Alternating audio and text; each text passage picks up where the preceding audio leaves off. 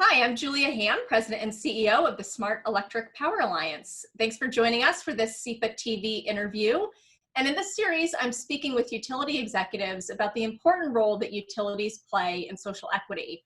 I'm very excited to have with me today Mike Hummel, who is the CEO of Salt River Project in Arizona. Mike, thanks so much for joining me. Hi, Julia. How are you today? I'm doing great. So, after you and I talked a couple of weeks ago about some of the things that SRP has underway that are connected to social equity, the thing that really stuck with me were the conversations we had about the Navajo Generating Station and the fact that that plant recently closed and all the work that SRP and others have done to support the community during that transition. So can you start by sharing with us just some of the context and facts about that plant? How big was it? How long was it around? How many people did it employ? And then we can get into some of the efforts that you had underway working with the communities and the employees. Yeah, Julia, that's great because Navajo, I think, is a really good example of a lot of things. And let me give you a little history of Navajo Generating Station to start with. It is a coal-fired power plant, about 2,200 megawatts, so it's the largest coal-fired power plant in the western U.S. And it was built in the 70 timeframe. And interestingly, it was built as an environmental solution and supported by the environmental groups at that time because the alternatives were hydropower and damming the Colorado River in certain places. So a compromise was reached and Navajo Generating Station was built. Like a lot of plants in the West, it's a participation plant, so it had a number of different owners. 5 different owners came together, built that plant, a lot of long transmission lines in order to serve California and the desert Southwest. So it had a lot of owners. The other part that was really unique to it is almost 25% of that plant was owned by the United States government. And that was built by them in order to supply energy for pumping for water from the Colorado River to Arizona for what's called the Central Arizona Project, which is the largest power user in Arizona. So it had an interesting twist to it with the U.S. government as part owner. The other part of that plant that's very unique is it's built on the Navajo Nation. So it sits on the reservation, and the coal mine that supports that plant is part of that's on the Hopi reservation, and part of that is on the Navajo Nation. And it's not quite mine mouth. There's an electric train that runs back and forth between the mine and the plant, which was electric as, again, part of an environmental solution as opposed to diesel at the time. So the plant and the employees at the plant, roughly 500 employees, are almost all Navajo. Over 90% Navajo, and the employees at the mine are over 90% Navajo and Hopi. So it's a plant that's very involved in the Native American communities up there. They're very involved in the plant, and it's been a great relationship for a lot of years. And in what year was the decision made that the plant would be closing? The decision was made in 2017, and it was a fairly quick decision. And I can talk about that a little bit as we go on when we talk about how to make transitions work. This one happened fairly quickly because of a rapid change in the cost environment, particularly with the cost of natural gas, contracts that were coming up to the date of having to be renewed and expiring, one of those being the lease on the Navajo Nation itself, and large changes in the dollar amounts for all of those contracts, which changed the economics again. And the different utilities involved deciding to go different directions. Historically, all of the owners have been very aligned in their interests at the plant and the direction that it wanted to go, but as utilities and public utility commissions and state governments and constituents start having some diverging views on not only transition from coal, but the timing of transition, our interests began to devolve a little bit. So coming to agreement on what those contracts would look like was a bigger challenge than we had anticipated. So we made the decision to close the plant in 2017. The best decision for the utility customers from a cost perspective would have been to close it right away at the end of the year. And that was where we started the discussion. We recognized this was really slamming the brakes on an economic engine in northern Arizona and on the Navajo Nation. So we worked with the nation, and we agreed to keep that plant open for an additional 2.5 years in order to allow the Navajo Nation and the northern Arizona communities and the counties to begin to think about an economic transition plan and how they wanted to do that. That came at a high cost to customers of the utilities, because we were paying far more for that under those contracts than we could have buying from the market. But we thought that was a reasonable compromise to make in order to aid that transition. So tell us about some of the things that you and the other owners did that you're really proud of to help with that economic development, to make sure that when the coal plant did close, that both the people themselves and the community where both the plant and the coal mine were, really continued to thrive. Yeah. Well, there are a lot of things there that I am really proud of on behalf of SRP, and in fact, on behalf of all of the owners. That plant had been there a long time. A number of those employees actually started up that plant, so they were lifers at the plant and at the coal mine as well, in fact. And we knew when the plant closed, economic opportunities would begin to decline, and certainly employment opportunities would be difficult up there. The Navajo Nation has one of the highest unemployment rates in the West and probably in the country. And when you take away one of the largest and best paying employers in the area, it's impactful. So we made a commitment at the very beginning to all of the employees at the plant that we would guarantee them jobs. So all 400-ish people at the plant, we told them if they want a job with SRP, an equivalent job with SRP, we would guarantee them that. It doesn't mean we could keep it in the same location. So they may have to move to the Phoenix area, they may have to move to one of our other remote plants, but we guaranteed every single employee a job. So for those who chose to stay, how did you prepare them to transition their skill set to be able to do another comparable job that was needed by the company? Some of it was fundamental retraining.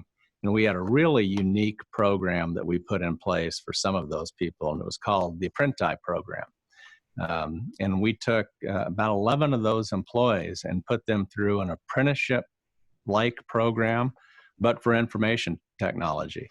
So we put them through this program and took field employees, took employees who hardly knew what a computer was, and we're turning them into IT techs.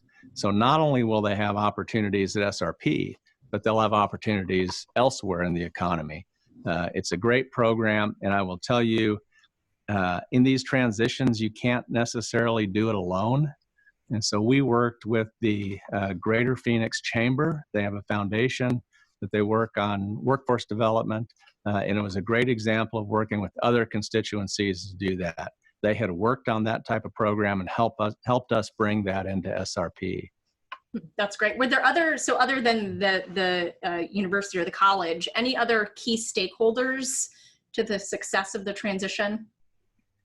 Yeah, there were a lot of them. So that's just the plant employees. That's part of it. Part of it was the Navajo Nation itself. We wanted to help them continue to be successful. So we took a couple big steps with them. One is we're essentially turning over that site to them. They own the property. And we had a commitment to raise the property, basically bring it back down to ground level when we decommission. We worked with the nation on facilities that they might want to keep. There's a lake pump facility. There's a number of buildings that they can use for trade development and other opportunities. So instead of decommissioning, we left them some of those facilities. Not only did we do that, but we paid them the money that it would have cost us to decommission that and take it down. So instead of us benefiting from that, we made sure that they had the facility and the revenue to help transition that over. We also worked with them to put together an energy roadmap brought in some consultants, put some of our own people on it, and helped them develop what they would have to do to move forward in the future with a different energy future than coal. And some of that is renewable, some of it is other natural resources they have on site. The renewable piece of it, we took very seriously in the transition. The Navajo Nation expressed an interest in transitioning to a renewable economy. You know that's challenging to do, and it's hard to do from scratch and from ground zero. So we did a couple things. We entered into 2 power purchase agreements for solar plants on the Navajo Nation through an agency that they have called Tribal Utility Authority. And those are both up and running. They're 30-ish megawatt solar plants on the reservation. We also provided through all of the transition 500 megawatts of transmission capacity that was associated with Navajo Generating Station to the Navajo Nation for them to use to develop renewable resources and move those off of the reservation as an economic engine. And not only that, but we agreed to pay their operation and maintenance expenses on their share of the line for the next 10 years in order to help them get started.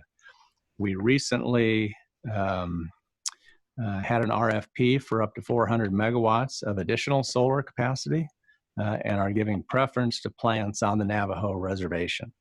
So we have those back now. We're going through that, and there's some very encouraging projects, and I think we'll be able to do something out of that. So it'll help jumpstart the renewable development on the Navajo Nation.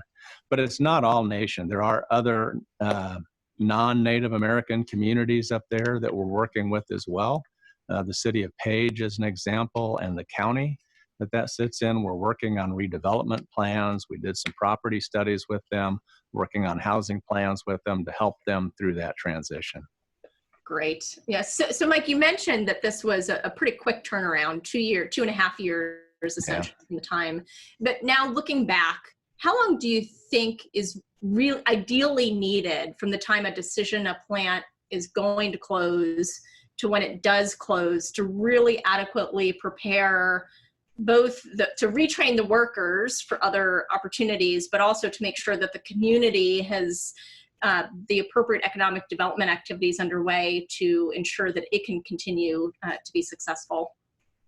Yeah, as long as possible. So when Navajo closed, we went back and looked at the rest of our coal fleet. And we are, like every other utility, like most utilities in the country, going through a transition from a coal-based utility to a cleaner technology and a more carbon-free technology.